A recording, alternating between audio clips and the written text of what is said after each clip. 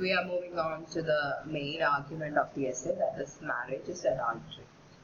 Christian Orthodoxy in both Catholic and Protestant Europe envisioned a firm and mutual love between husband and wife. Family is a little church and a little commonwealth whereby trial may be made by any place of authority. The ക്രിസ്ത്യൻസിനൊക്കെ അറിയാം, നമ്മളെപ്പോഴും അതെന്താണ് തിരുസഭ എന്ന് പറയുന്നൊരു family പോലെയാണ് കണക്കാക്കുന്നത്. പിന്നെ Jesus ക്രൈസ്റ്റിന്റെ മണവാട്ടിയാണ് sisters, അങ്ങനെയൊക്കെ പറയുന്ന ഒരു രീതി ഉണ്ടല്ലോ. അപ്പൊ എപ്പോഴും എന്താണ് ഒരു kind of husband wife comparison ആണ് എപ്പോഴും ചേർച്ചിനെ പറ്റി പറയുമ്പോഴും സ്റ്റേറ്റിനെ പറ്റി പറയുമ്പോഴും ഒക്കെ ഉപയോഗിക്കാറുള്ളത്. അപ്പൊ അതുകൊണ്ട് തന്നെ ഈ സ്റ്റേറ്റിനും ചേർച്ചിനും ഉപയോഗിക്കാവുന്ന അതേ അധികാരങ്ങൾ തന്നെ ഫാമിലിയിലെ അതോറിറ്റി ആരാണോ അവർക്ക് ഉപയോഗിക്കാം എന്നുള്ളൊരു ആർഗ്യുമെന്റ് ഉണ്ട്. അപ്പൊ അതായത് ഫാമിലിയിലെ ഒരു പേട്രിയാർക്കിന് എപ്പോഴും മെയിലായിരിക്കുമല്ലോ അധികാരി. ഈ മെയിൽ പേട്രിയാർക്കിന്, മെയിൽ അതോറിറ്റിക്ക് അവിടുത്തെ ഫീമെയിൽസിന് ട്രയല്, നമ്മള് വിധി ന്യായം പുറപ്പെടുവിച്ച് അവർക്ക് പണിഷ്മെന്റ് കൊടുക്കാനോ എന്താണ് അവരെ നേരായ വഴിക്ക് നടത്താനോ ഉള്ളൊരു റൈറ്റ് ഉണ്ട് എന്നുള്ളത് ഒരു ക്രിസ്ത്യൻ ഓർത്തഡോക്സി ബിലീഫിലും പ്രൊട്ടസ്റ്റന്റ് ബിലീഫിലും കോമൺ ആയിട്ടുള്ള ഒരു കാര്യമാണ്. Okay, and this is what Othello was doing when he murders Desdemona. അപ്പൊ ഡെസ്റ്റമണയെ മർഡർ ചെയ്യുന്നതോടുകൂടെ ഒതെല്ലോ ഒരു തരം ട്രയൽ നടത്തുവാണ്. ട്രയൽ നടത്തിയിട്ട് he reaches a conclusion that both of them had adulterous relationship within marriage and they need to be punished. Clear? The erotic intensity of love between the husband and wife indicates foreign sexuality and its inherent violence. Erotic intensity of love, അത് എപ്പോഴും എന്താണ് foreign sexuality and its inherent violence. ഒരു violence നല്ലതല്ല. The line, if foreign sexuality നിങ്ങൾ Paradise Lost പഠിച്ചു കഴിഞ്ഞപ്പോഴത്തേനും ഈ Adam and Eve അവരെ ഫ്രൂട്ട് കഴിച്ചു കഴിയുമ്പോഴത്തേനുള്ള അവരുടെ ആ ഒരു ലവ്, അത് love before their consumption of fruit and love after their consumption of fruit ഉണ്ട്. അങ്ങനെ ഒരു ആ ഒരു രീതിയിൽ തന്നെ the sexual relationship becomes erotic and violent. അതിന്റെ ഒരു ഡിസ്ക്രിപ്ഷൻ അതാണ് foreign sexuality എന്ന് പറയുന്നത്. The line, if after every tempest comes such calmness, may the winds blow till they have wakened.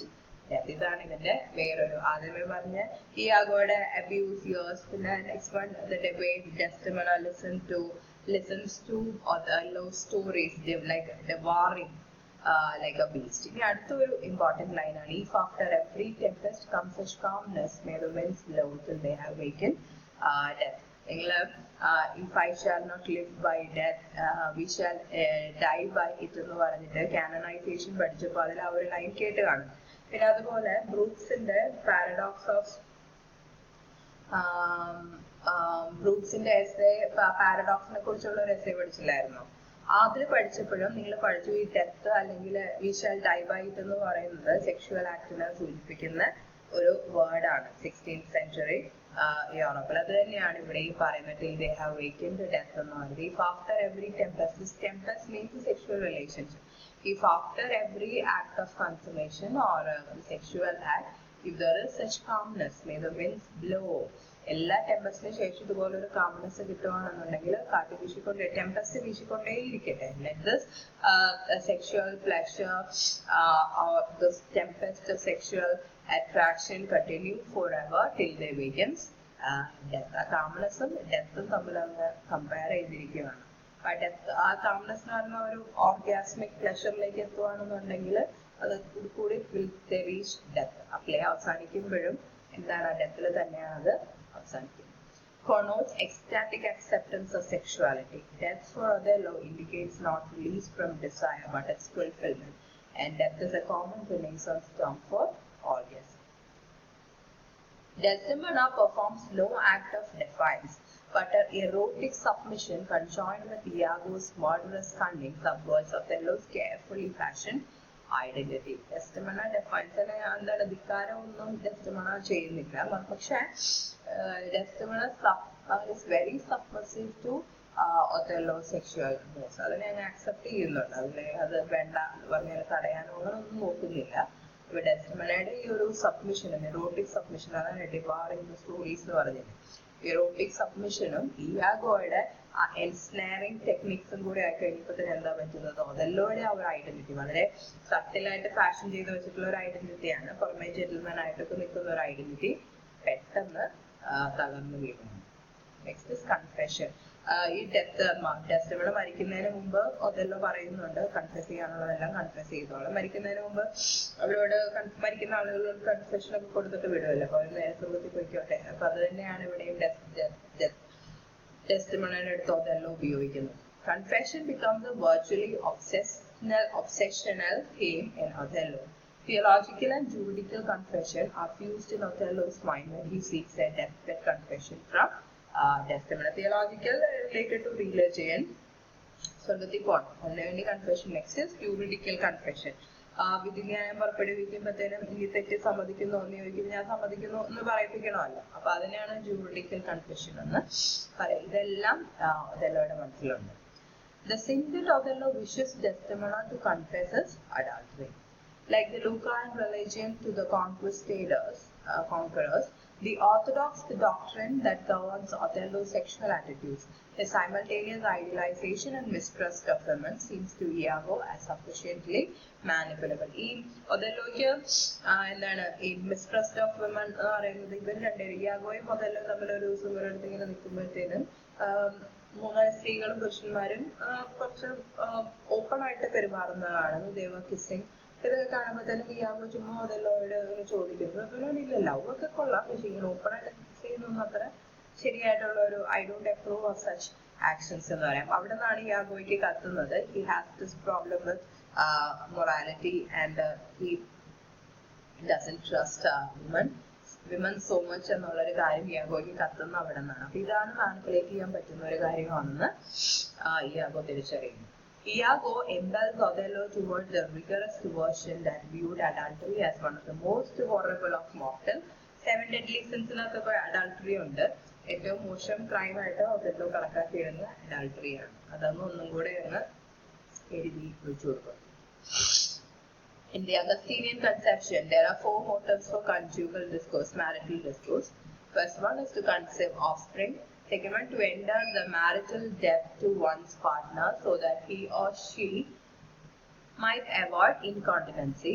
Third one, to avoid fornication oneself, other than masturbation, to satisfy desire. The first 2 motives are without sin and excuse intercourse. The third is a venial sin. The fourth is mortal. Venial sin എന്ന് പറയുന്നത് to avoid fornication, masturbation പോലുള്ളത്. ഈ വീനിയൽ എന്നുള്ളത് Venus എന്നാണ്. നമ്മുടെ venereal diseases എന്നൊക്കെ നിങ്ങൾ കേട്ടതാണായിരിക്കും. Venus എന്നാണ് ആ പേരൊക്കെ വരുന്നത്, related to our sexual organs. The fourth is mortal, to satisfy a desire. The fourth motive is a potential violation of the 7th commandment. 7ാമത്തെ കൽപ്പന, വ്യഭിചാരം ചെയ്യരുത് എന്ന് പറയുന്നത്. Thou shalt not commit adultery. Nothing was more vile than to love your wife in adulterous fashion.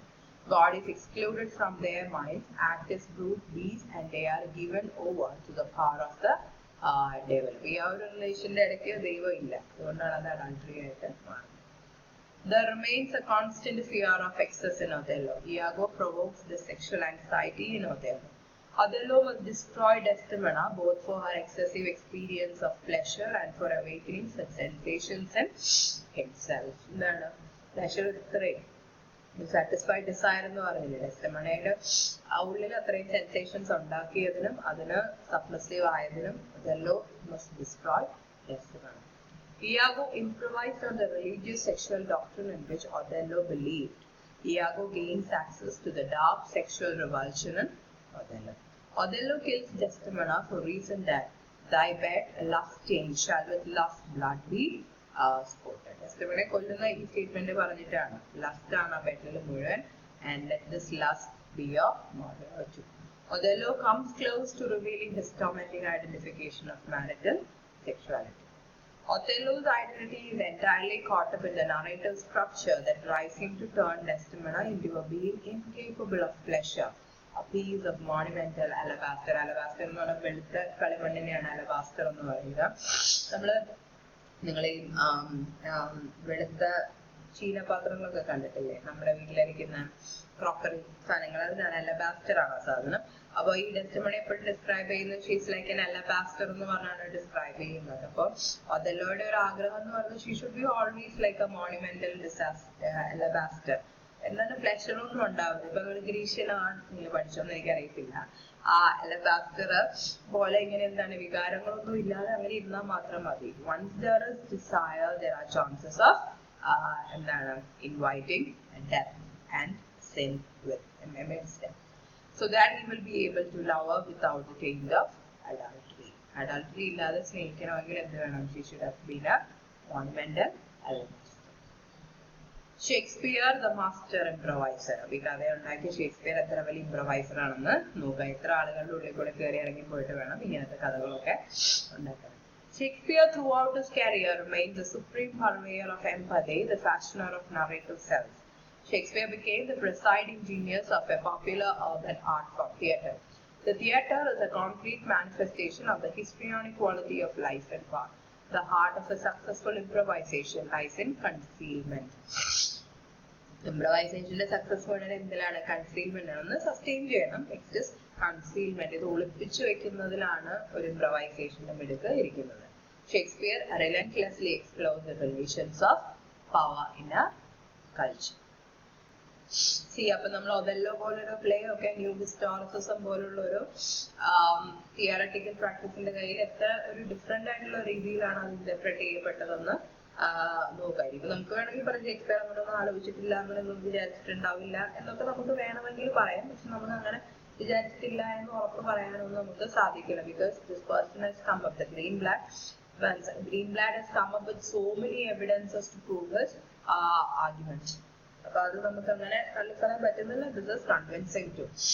അതിന്റെ ഒരു political side എന്താണ്, how റിലേഷൻസിനെയൊക്കെ എങ്ങനെയാണ് നമുക്ക് ഇങ്ങനെ വായിക്കാനായിട്ട് സാധിക്കുന്നത്. അപ്പൊ ഇത് ഷേക്സ്പിയർ നിങ്ങൾ ഹാംലെറ്റ് പഠിച്ചപ്പോ പറഞ്ഞല്ലോ, what will be the state of England after Queen Elizabeth death. അത് അങ്ങനെ ഒരു ചിന്തയിൽ നിന്നാണ് ഹാംലെറ്റ് പോലൊരു പ്ലേ ഒക്കെ വരുന്നത്. അപ്പൊ അത് മുൻകൂട്ടി കാണാനും അത് ഇംപ്രവൈസ് ചെയ്യാനും ശേഷം എന്ത് നാളില്ല. അപ്പൊ അങ്ങനെ അവരുടെ എല്ലാം ഇങ്ങനെ പരകായ പ്രവേശനം നടത്തി കഥകൾ എഴുതാനായിട്ട് ഷേക്സ്പിയറിന് സാധിച്ചു. അതോടൊപ്പം തന്നെ how power works in every culture. ഓരോ സിറ്റുവേഷനിലും പവറിന്റെ ഒരു പ്രവർത്തനം എന്താണെന്നും മനസ്സിലാക്കാനായിട്ടും സാധിക്കും. ഓക്കെ, അപ്പൊ ഇത് നിങ്ങളൊന്ന് മനസ്സിലാക്കാം. അപ്പൊ ഒരു ആർഗ്യുമെന്റ് ആദ്യം ഇതേ ടേംസ് എന്തൊക്കെയാണ്? എംപതി, മൊബൈൽ സെൻസിബിലിറ്റി, ഇംപ്രവൈസേഷൻ, പിന്നെ അബ്സോർപ്ഷനും ഡിസ്പ്ലേസ്മെന്റും. ഇത്രയും കൺസെപ്റ്റ്സ് എല്ലാം ഓർത്തിരിക്കുക. പിന്നെ ഈ പറയുന്ന ആർഗ്യുമെന്റ് എന്താണെന്നുള്ളത്. Why is Iago called an improviser and why others believe his stories. Third one, how marriage becomes when does marriage become equivalent to adultery. ഈ 3 കാര്യങ്ങൾ പറഞ്ഞു കഴിഞ്ഞാൽ നമ്മുടെ എസ്സേ ഈസിയാണ് കേട്ടോ. അത് അതേപോലെ പഠിക്കണം. ജസ്റ്റ് ഒരു ഒത്തിരി പേജസ് ഉണ്ട് ഈ എസ്സേ. അത് ഈ ഒരു പരുവത്തിൽ ആക്കിയെടുത്താണ് കേട്ടോ. Okay, thank you.